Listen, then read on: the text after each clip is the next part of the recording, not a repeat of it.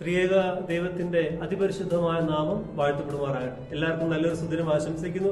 ദൈവത്താൽ ഏറ്റവും സ്നേഹിക്കപ്പെട്ടവരെ ഇന്ന് നമ്മൾ ചിന്തിക്കുന്നത് വിശുദ്ധ ലൂക്കോസ് ബ്രോറിൽ എഴുതപ്പെട്ട കർത്താവിന്റെ സുവിശേഷം 8-ാം അധ്യായം അതിന്റെ 39-ാമത്തെ തിരുവചനം. യേശു പറഞ്ഞു, നീ വീട്ടിലേക്ക് തിരിച്ചുപോയി ദൈവം നിനക്ക് ചെയ്തതെന്തെന്ന് അറിയിക്കുക. അവൻ പോയി യേശു തനിക്ക് വേണ്ടി ചെയ്ത കാര്യങ്ങൾ പട്ടണം മുഴുവനും പ്രസിദ്ധമാക്കി. കർത്താവിനാൽ ഏറ്റവും സ്നേഹിക്കപ്പെട്ടവരെ, ഈ തിരുവചന ഭാഗം നാം പഠിക്കുമ്പോൾ ലൂക്കോസിന്റെ സുവിശേഷം 8-ാം അധ്യായം അതിന്റെ 26 തൊട്ടുള്ള വചനങ്ങളിൽ യേശു ഗെരസേനരുടെ നാട്ടിൽ എത്തിച്ചേരുമ്പോൾ പിശാച് ബാധിച്ച, അശുദ്ധാത്മാവ് ബാധിച്ച ഒരു മനുഷ്യനെ കാണാനായിട്ട് സാധിക്കും. അവൻ നഗ്നനായി ശവക്കല്ലറകളിൽ കഴിയുകയും തന്നെത്താൻ ശരീരത്തെ മുറിപ്പെടുത്തുകയും ചെയ്യുന്ന വ്യക്തിയാണ്. കർത്താവിനെ കണ്ടുകൊണ്ട്, അത്യുന്നതനായ ദൈവത്തിന്റെ പുത്ര, നീ എന്തിന് എന്നെ പീഡിപ്പിക്കുന്നു, എന്തിന് എന്റെ കാര്യത്തിൽ നീ ഇടപെടുന്നു എന്ന് ചോദിച്ചുകൊണ്ട് അശുദ്ധാത്മാവ് ബാധിച്ച മനുഷ്യൻ കർത്താവിന്റെ അടുക്കിലേക്ക് വരുമ്പോൾ കർത്താവ് അവനിലെ അശുദ്ധാത്മാവിനെ ശാസിച്ച് പുറത്താക്കുന്നുണ്ട്.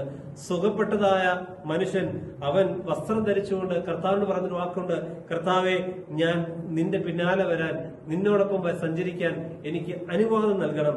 കർത്താവ് അവനോട് പറഞ്ഞ വാക്ക് ഇങ്ങനെയാണ്, നീ വീട്ടിലേക്ക് തിരിച്ചുപോയി ദൈവം നിനക്ക് വേണ്ടി ചെയ്ത കാര്യങ്ങൾ അവരെ അറിയിക്കുക എന്ന് പറയുമ്പോൾ, പ്രിയപ്പെട്ടവരെ, അവൻ പോയി കർത്താവ് അവന് വേണ്ടി ചെയ്ത കാര്യങ്ങൾ പട്ടണം മുഴുവനും പ്രസിദ്ധമാക്കി എന്നാണ് പറയുക. പ്രിയപ്പെട്ടവരെ, ഈ വചനഭാഗത്തിൽ നിന്ന് നമുക്ക് ദൈവാത്മാവ് നൽകുന്ന ചിന്തകൾ ഇപ്രകാരമാണ്: നീ നിന്റെ ശുശ്രൂഷകൾ ആരംഭിക്കേണ്ടത് നിന്റെ ഭവനത്തിൽ നിന്നാണ്.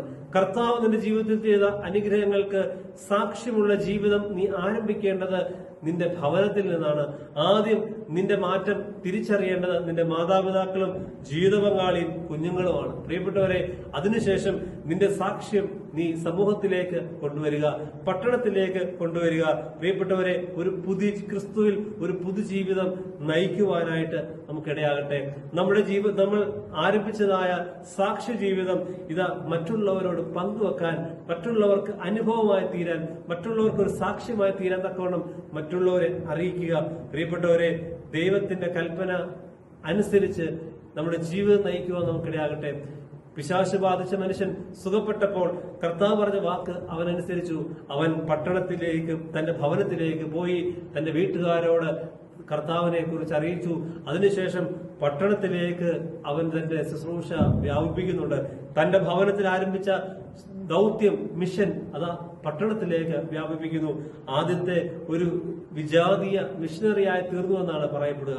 പ്രിയപ്പെട്ടവരെ, കർത്താവ് തന്റെ ജീവിതത്തിൽ ചെയ്ത അനുഗ്രഹം മറ്റുള്ളവരോട് പങ്കുവെക്കാൻ നമുക്ക് സാധിക്കട്ടെ. അതിന് ഈ വചനഭാഗം ഇടയാകട്ടെ എന്ന് പ്രാർത്ഥിക്കുന്നു. സർവശക്തനായ ദൈവം നിങ്ങളെല്ലാവരെയും വാഴ്ത്തി അനുഗ്രഹിക്കുമാറാകട്ടെ. ആമേൻ.